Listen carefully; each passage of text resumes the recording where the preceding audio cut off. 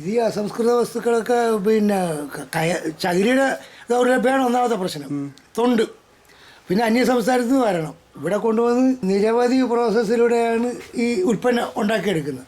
അടിസ്ഥാനപരമായി തറയിൽ പണിയെടുക്കുന്ന തൊഴിലാളികൾ ഇന്നും ദാരിദ്ര്യത്തിലാണ്.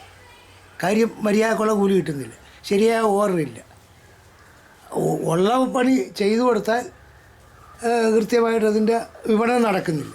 ഇത്തരം പ്രശ്നങ്ങളാണ് അതിനകത്തുള്ളത്. പിന്നെ തൊഴിൽപരമായിട്ട് ഈ പുതിയ തലമുറകളെല്ലാം ഇതിനകത്ത് നിന്ന് വിട്ടുപോകണം. കാര്യം ഇതിനകത്ത് നിലനിൽക്കാൻ പറ്റിയല്ല.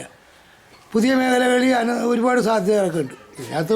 പിന്നെ ഞങ്ങളെ പോലെ പഴയ ആളുകളൊക്കെ ജീവിതം കൊടുക്കാൻ വേണ്ടി മാത്രം ഇതിനകത്ത് ഹോമിച്ച് തീർക്കുന്നത്. ജീവിതം കൊടുക്കാൻ വേണ്ടി. പിന്നെ അല്ലാതെ ജനിച്ചു പോയത് കൊണ്ട് ഇത് ചെയ്യുന്നതെന്നുള്ളതല്ലാണ്ട് മറ്റ് സാധ്യതകളില്ലാത്തതുകൊണ്ടാണ്. വേറെ പുറത്തേക്ക് പോയി എന്തെങ്കിലും ഒരു പണി ചെയ്യാൻ ഞങ്ങൾക്ക് ഈ പ്രായം ചെന്നവരെ കൊണ്ട് പറ്റുക. അതുകൊണ്ടാണ് ഞങ്ങൾ ഈ പണിയിൽ തുടർന്ന് പോകുന്നത്. ശരാശരി ഒരു 10-300 രൂപ 400 രൂപയുടെ പണിയൊക്കെ ചെയ്യാൻ പറ്റും. ആരോഗ്യമുള്ളവർക്കാണെങ്കിൽ 10-500 രൂപ വരെയൊക്കെ ചെയ്യാൻ പറ്റിയേക്കും. ഇതൊരു കുടിൽ വ്യവസായമാണ്. 24 മണിക്കൂറാണ് ഇതിൻ്റെ പ്രോസസ്സ്. 24 നിശ്ചിത സമയം വെച്ച് നല്ലൊരു കാലം ഇതിനുണ്ടായിരുന്നു. നേരത്തെ ഈ കമ്പനി കേന്ദ്രീകരിച്ച സമയത്ത് സൈറം വെച്ച് 8 മണിക്കൂറൊക്കെ പണിയെടുത്ത് ന്യായമായ കൂലിയൊക്കെ മേടിച്ചിരുന്നൊരു കാലം. വികേന്ദ്രീകരണം വന്ന് വീട്ടിലെ ഭാര്യയും കുട്ടികളും ഒക്കെ അടക്കം 24 മണിക്കൂർ പണിയെടുത്താൽ ഒരു കുടുംബം പുലർത്തിക്കൊണ്ടു പോകാൻ അസാധ്യമായ കാര്യം.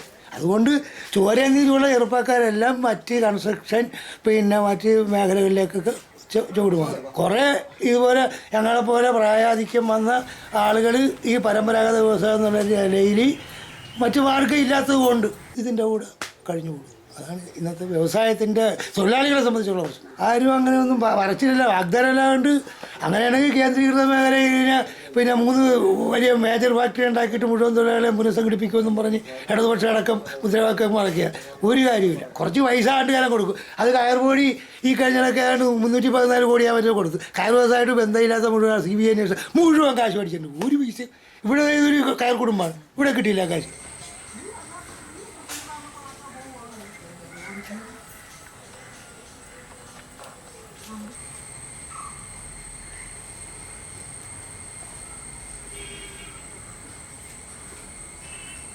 $5 ലക്ഷം രൂപ വെച്ച് മേടിച്ചിട്ട് പോയി മക്കളെ കെട്ടിക്കാൻ, വസ്തു മേടിക്കാൻ, വീട് വെക്കുകയും ചെയ്യും.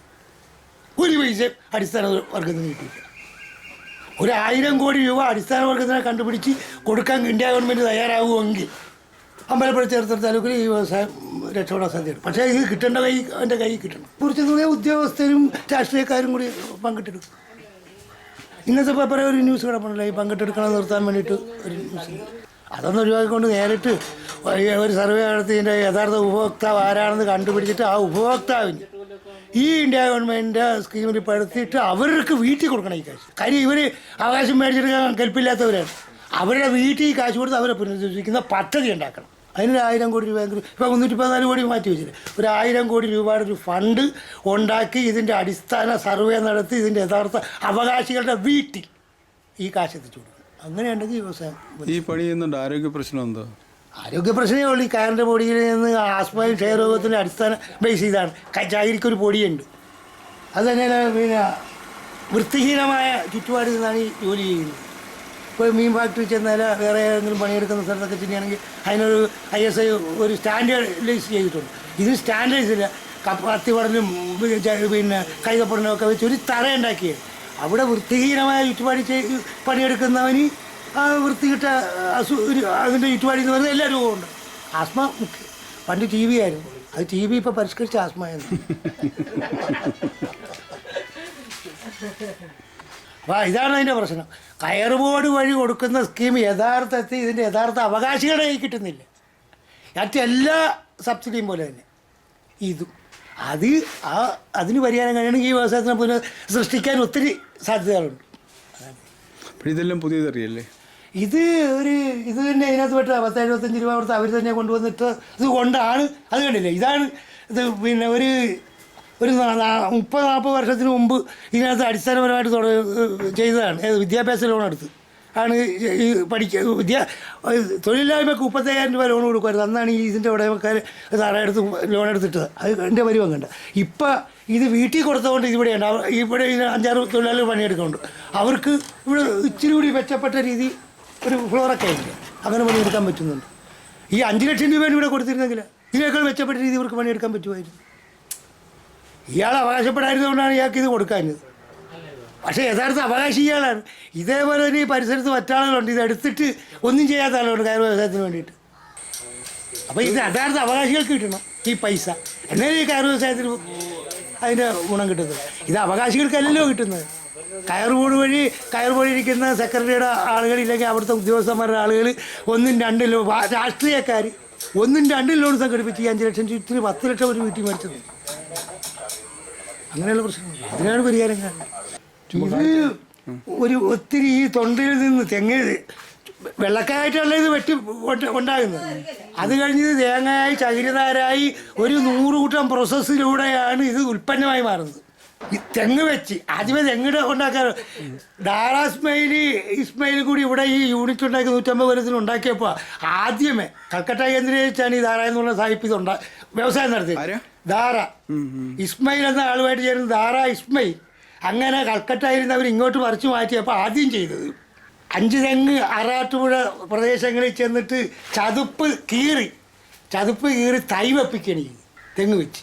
എന്നിട്ട് ആ തേങ്ങയ്ക്ക് വേണ്ടിയിട്ടല്ല, തൊണ്ടിന് വേണ്ടിയിട്ട് ആ തൊണ്ടെടുത്ത് അവിടുത്തെ ഈ കീറിയ ഇടക്ക് മൂടി, അതാണ് പൊന്നാരെന്ന് പറയുന്നത്. 5 തെങ്ങ് കയറെന്ന് പറയും. ഇപ്പം അത് ഉൽപ്പന്നം ഇല്ല. കാര്യം ഈ കെട്ട് തെങ്ങും ചകിരി തമിഴ്നാട്ടിൽ നിന്ന് മേടിച്ചിട്ട് വന്ന് പിന്നെ ഇവിടെ കായലിലിട്ട് 5 തെങ്ങ് കയറാകത്തില്ല. 5 തെങ്ങിന് മണ്ണി തൊണ്ട് ചീയിക്കണം, എന്നാലാണ് പൊന്നറം കിട്ടുന്നത്. അങ്ങനെയാണ് ധാരാ ഇസ്മയിലും കൂടി ചേർന്ന് ഇവിടെ കയർ വ്യവസായം ആദ്യമേ 150-160 കൊല്ലത്തിന് മുമ്പ് ആരംഭിക്കുന്നത്. അതവർക്ക് ആവശ്യമുള്ളതുകൊണ്ട് തേക്കിൻ്റെ കണ്ടൻ്റാണ് ഈ പിന്നെ ചൈനനാര്. അതൊരിക്കലും നശിക്കത്തില്ല. ഈ പാശ്ചാത്യ രാജ്യങ്ങൾക്ക് അവർക്ക് ഈ കുരുമുളക് കൊണ്ടുപോയാൽ ഒഴിച്ചുകൂടാൻ പറ്റാത്ത കാര്യമായതുകൊണ്ട് അവർ തന്നെ വന്ന് അവരത് കണ്ടുപിടിച്ച് അവർ സംസ്കരിച്ച് അവർ കയറ്റുമതി ചെയ്യും. ഇവിടുത്തെ ദുഷിച്ച രാഷ്ട്രീയക്കാർ ആ കേന്ദ്രീകൃത വ്യവസായത്തിന് തച്ചുടച്ച് ഇങ്ങനെ കുടുംബ വ്യവസായമാക്കി. അതുകൊണ്ടാണ് 24 മണിക്കൂർ ഭാര്യ ഭർത്താക്കന്മാർ കുഞ്ഞുകുട്ടികളൊക്കെ രാവുകൽ കിടന്ന് കഷ്ടപ്പെട്ടാലും ഇടനക്കാരെ കൊണ്ടുപോകുന്ന കാശ് ജീവിക്കാൻ പറ്റാത്ത. തൊണ്ട് വന്നാൽ ചകിരിയാക്കി, അത് പിന്നെ കയറാക്കി, കയറ് പിന്നെ ഉൽപ്പന്നാക്കുന്നതിന് ഒരു പിന്നെ ചായമുക്ക്, ഇതുപോലെയുള്ള നെയ്ത്ത്, പിന്നെ നെയ്ത്ത് കഴിഞ്ഞാൽ അതിൻ്റെ ഫിനിഷ് വർക്ക്, ഇങ്ങനെ നിരവധി പ്രോസസ്സിലൂടെയാണ് ഒരു യഥാർത്ഥ ഉൽപ്പന്നം ഉണ്ടാകുന്നത്. അത് പിന്നെ ആധുനികവൽക്കരിച്ച് മെക്കാനൈസേഷനിലൂടെ കുറേ പരിഷ്കാരങ്ങൾ കാണാം. എന്നാലും കൈത്തൊഴിലുണ്ടാക്കുന്നതിന് ഇന്നും ഡിമാൻഡുണ്ട്. കൈത്തൊഴിലിനോട് പ്രത്യേകിച്ച് ഉണ്ട്. നല്ല ഉൽപ്പന്നങ്ങളൊക്കെ ആണ് ലാസ്റ്റ് ചെയ്യും. നിങ്ങൾ പഠിച്ച എങ്ങനെയാണ് ഇതൊക്കെ കയർ വ്യവസായം? അത് ഈ DNA വഴിയാണ്. ഞങ്ങളുടെ കുടുംബ തൊഴിലാണല്ലോ. അതിങ്ങനെ പഠിച്ചു വരികയാണ്. അത് പഠിപ്പിച്ചു കൊടുക്കുക. കൈത്തൊഴിൽ എന്ന് പറയുന്നത് എങ്ങനെ പഠിപ്പിച്ചു കൊടുത്തിട്ടുണ്ട്. ആശാരി, പൂശാരി, ഇതുപോലെയൊക്കെ ഈ ഓരോ തൊഴിലില്ല. ഇങ്ങനെ സ്വയം വീട്ടിൽ കണ്ടും കേട്ടും അതല്ലേ പഠിക്കാനൊക്കെ. നിങ്ങളുടെയൊക്കെ അച്ഛൻ കയർ തൊഴിലാളി ആണോ? അച്ഛൻ കയർ തൊഴിലാളി. ഇപ്പം എത്ര വയസ്സായി? എനിക്ക് 60 വയസ്സായി. പേരെന്താ? ഗോകുലദാസ്. നല്ല പേരാണല്ലോ. അപ്പോൾ ഗോകുലദാസ് ഇതെന്ന് പറയും, ഇതാണ് പൊൻചകിരി എന്ന് പറയുന്നത്. ഇത് പൊൻചകിരി. ഇതാ പിന്നെ അവിടെ തേങ്ങ വീണൊക്കെ കൂടി പറക്കിയിട്ടിട്ട് തല്ലി പൊട്ടിച്ച് കഴിഞ്ഞാൽ നാര് പൊടിഞ്ഞു പോകും. ചീച്ചെടുക്കുമ്പോഴത്തേക്ക് ഇത്രയും നീളത്തിലുള്ളൊരു നാരാണ് അത്രയും നീളത്തിൽ കിട്ടും. മറിച്ച് ഈ മിഷ്യത്തിൽ പച്ചത്തുള്ളി അടിക്കുമ്പോഴത്തേക്ക് ഇത് പൊടിഞ്ഞു പോകും. അപ്പം നാര് പോയില്ലേ, അവിടെ വെച്ച് ഉൽപ്പന്നം പോയി. ചകിരി പിരിക്കുകയാണെങ്കിൽ പുറത്തേക്ക് കാണത്തില്ല. ഇതിങ്ങനെ ചേർന്ന് നിൽക്കും. ഇതിൻ്റെ തലയും പാലുമായിട്ട് ഇരിക്കുന്ന ഒരു ഇതുണ്ട്. പുറകു വശത്തെ തൊണ്ടിൻ്റെ അവിടെ ഇങ്ങനെ നേർത്തിരിക്കും. മുൻവശത്ത് ഇത് തമ്മിൽ ഇങ്ങനെ ചേർന്ന് വരും. അതിങ്ങനെ ഈ ചീച്ച കയറ് പിരിച്ച പുറത്തേക്ക് തള്ളി നിൽക്കത്തില്ല. മനസ്സിലായി? അതിങ്ങനെ ഏതാണ്ട് ഈ നമ്മുടെ പ്ലാസ്റ്റിക് പിന്നെ ചരില്ല അതുപോലെ കറക്റ്റായിട്ടിരിക്കും. ഈ അടിച്ചോണ്ട് വരുന്ന കയറ് പൊട്ടിപ്പോയത് കാരണം ഇങ്ങനെ ചേർന്ന് വരുമ്പോൾ മുഴുവൻ തുമ്പായിട്ട് കയറ് കണ്ടാൽ നമുക്ക് കൈകൊണ്ട് എടുക്കാനൊക്കെ പറ്റും. മറ്റത് ഇപ്പോൾ ഒരു 150 കൊല്ലത്തിന് മുമ്പൊക്കെ പിരിച്ച് ഇവിടെ പണ്ട് പെരയൊക്കെ വരിഞ്ഞിട്ടുള്ളതുണ്ട്. സാമ്പിൾ വേണേൽ ഇവിടെ പഴയ പെര നോക്കിയാൽ കാണാം. ഒരു പൂടായത്തെ പുറത്ത് കാണത്തില്ല. അങ്ങനെ കയർ പിരിച്ചെടുത്ത് അതാണ് കയർ. പുറത്തേക്ക് പൂട കാണത്തില്ല.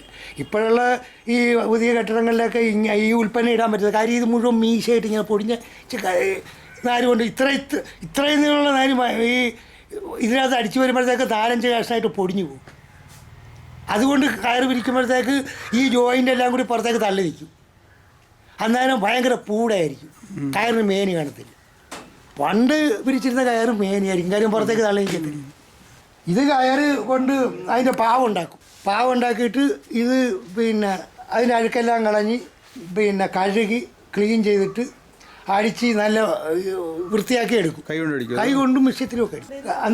എന്നിട്ട് അടിച്ചെടുത്തിട്ട് ഓരോ കറ്റ വീതം ഇങ്ങനെ കൈ കൊണ്ട് എടുത്ത് ചുരുട്ടി ഈ ചകിരിക്കടക്കാട്ട് ചേടും. അതിങ്ങനെ ചേടി ലൈനാക്കിയിട്ട് കത്രിക കൊണ്ട് ഇങ്ങനെ വെട്ടും, അടിച്ച് ഫിറ്റാക്കി വെക്കും. ആ മുകളിലിരിക്കുന്ന സാധനത്തിലാണ് ഇത് കറക്റ്റ് ചെയ്തെടുക്കുന്നത്. താഴത്തിരിക്കുന്നത് ചേടി വെക്കും, മുകളിലിരിക്കുന്നത് ചുറ്റി ഇവനെ പിടിപ്പിക്കും.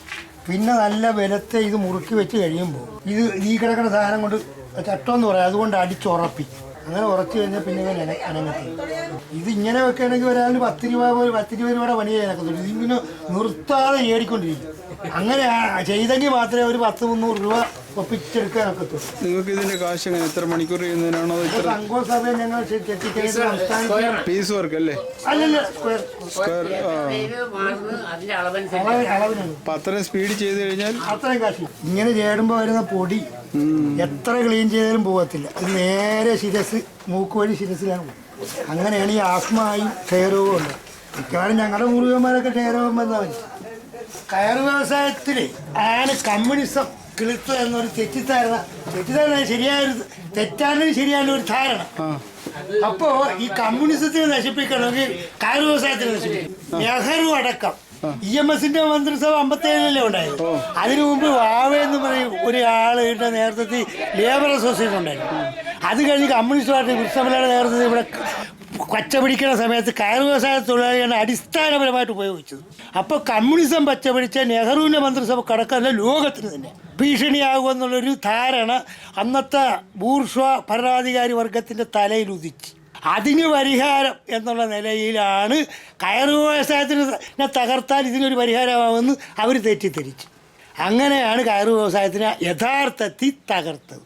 കമ്മ്യൂണിസം പച്ചപിടിക്കാതിരിക്കാൻ വേണ്ടി കയർ വ്യവസായത്തിനെ തകർത്തപ്പോൾ ബലിയാടായത് ഞങ്ങളെപ്പോലെ അമ്പലപ്പുഴ ചേർത്തല താലൂക്കിൽ ജീവിച്ചിരുന്ന കുറേ കുടുംബങ്ങളാണ്. കേരളത്തിലെ ഏറ്റവും നിർധനരും ഏറ്റവും അവശരമായ ജനവിഭാഗം താമസിക്കുന്നത് അമ്പലപ്പുഴ ചേർത്തല താലൂക്ക്. കേരളത്തിൽ മാത്രമല്ല, വേണമെങ്കിൽ ഇന്ത്യ ഒട്ടാകെ നോക്കാം. ഇപ്പോൾ മറ്റുള്ള രാജ്യങ്ങളിലൊക്കെ പുരോഗതി, രാജസ്ഥാൻ പിന്നോക്കം നിന്ന് മുഴുവൻ രാജ്യം. ബീഹാറികൾ UP കാരൊക്കെ ഇവിടെ പണിക്ക് വരുന്നതെന്ന് പറയുന്നത് വലിയ കാര്യമൊന്നുമില്ല. അവരുടെയൊക്കെ വീട്ടിലൊക്കെ ഒത്തിരി സാധ്യതയൊക്കെ ഉണ്ട്, ഇല്ലാഞ്ഞിട്ട് വന്നൊന്നുമല്ല. അതിൻ്റെ കൂട്ടത്തിൽ കുറച്ചുകൂടി മെച്ചപ്പെടുമെന്നേ ഉള്ളൂ. കേരളത്തെ അടിസ്ഥാനപരമായിട്ട് ഇതൊക്കെ പുറംപൂച്ചുകൊണ്ട് നടക്കണ കാര്യമായ ഒരു പുരോഗതി ഉണ്ടായില്ല. അമ്പലപ്പുഴ തെരക്കിൽ പ്രത്യേകിച്ച് ഇതിൻ്റെ യഥാർത്ഥ ബേസ് കൃഷ്ണപിള്ളയുടെ നേതൃത്വത്തിൽ കമ്മ്യൂണിസം ഇവിടെ പച്ചപിടിച്ച് വന്നാൽ അത് എല്ലാവർക്കും ഭീഷണിയാകുമെന്നുള്ളൊരു തെറ്റായ ധാരണ ശരിയായത് അവർക്കുണ്ടായിരുന്നതുകൊണ്ട് അതിന് വേണ്ടിയിട്ടാണ് കയർ വ്യവസായത്തിന് തകർത്തത്. പകരം ഒരു സംവിധാനം ഇണക്കാൻ നോക്കിയപ്പോൾ മറ്റുള്ള ഇടനിലക്കാരും കരാറുകാരും ഉദ്യോഗസ്ഥ വൃന്ദങ്ങളും രാഷ്ട്രീയക്കാരും കൂടി അത് പങ്കിട്ടു. ഞങ്ങളെപ്പോലുള്ള കയർ വ്യവസായത്തിൻ്റെ അടിസ്ഥാന വർഗത്തിൻ്റെ കൈ ഒരു വിഷയം കിട്ടിയിട്ടില്ല. അതുകൊണ്ടാണ് ഞങ്ങളെപ്പോലുള്ള ആളുകൾ ഇപ്പോഴും ഇതിനകത്ത് ആവശ്യമായിട്ട് കഴിയും. അതാണ്. ഏത് ക്ലാസ് വരെ പഠിച്ചിട്ടുണ്ട്? 10ാം ക്ലാസ്. 67 അന്ന് അത്രയൊക്കെ വിദ്യാഭ്യാസം സാധാരണ രീതിയിൽ ഉണ്ടായിട്ടുണ്ട്. അത് കഴിഞ്ഞ് ഇനി പഠിക്കാൻ ഞാൻ വീട്ടിൽ ഞങ്ങൾ 5-8 മക്കളുണ്ടായിരുന്നു. കാരണം അച്ഛനും കയർ തൊഴിലാളിയായിരുന്നു. അതിന് ഫീസ് കൊടുക്കണമായിരുന്നു പഠിക്കണതിന്. 6 രൂപ SSLCക്കൊക്കെ ഫീസ് കൊടുക്കുന്ന കാര്യം. എത്ര മാർക്ക് ഉണ്ടായിരുന്നു? ഞാനായിരുന്നു ഫസ്റ്റ് സ്കൂളിൽ. അത് കഴിഞ്ഞ് കയർ തൊഴിലാളിയായി. കോളേജിലൊന്നും പോകാൻ പറ്റിയില്ല. പോയിരുന്നെങ്കിൽ പാവപ്പെട്ടവർക്ക് വേണ്ടി എനിക്ക് വല്ലതും കിട്ടുമായിരുന്നു, ഞാൻ എന്തെങ്കിലും ചെയ്യുമായിരുന്നു. അതിപ്പോൾ എല്ലാവരും പറയുന്നതാണ്. എല്ലാവരും പറയണ പോലെ തന്നെ ഞാനും പറയാം.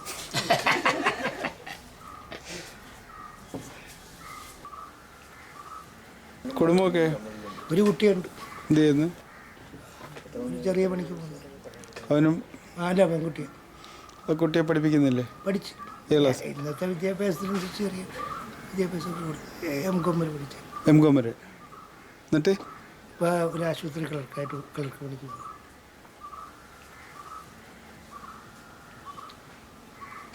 കല്യാണം കഴിഞ്ഞില്ലേ? കുട്ടിയുടെ കല്യാണം കഴിഞ്ഞു. കല്യാണം കഴിക്കാൻ സ്ത്രീധനം എന്നൊരു ഭയങ്കര ദുരന്തം നിൽക്കണമുണ്ട്. മാർക്കറ്റിൽ വിലപേശിക്കൊണ്ടിരിക്കുക. ചിലപ്പോൾ കെട്ടിക്കാൻ പറ്റുന്ന വരികയാണ്. അവർ ചോദിക്കുന്ന കാശ് കൊടുക്കുന്നുണ്ട്. കുറഞ്ഞ കാശിന് കുറഞ്ഞ പാർട്ടി എല്ലാവരും കിട്ടുമെന്ന് നോക്കിക്കൊണ്ടിരിക്കുക. അല്ല, വലിയ ആളുകൾക്ക് വലിയ കാശ് കൊടുക്കും. എത്ര രൂപയാണ് നമ്മുടെ മകൾക്ക് കച്ചവടം നടത്തി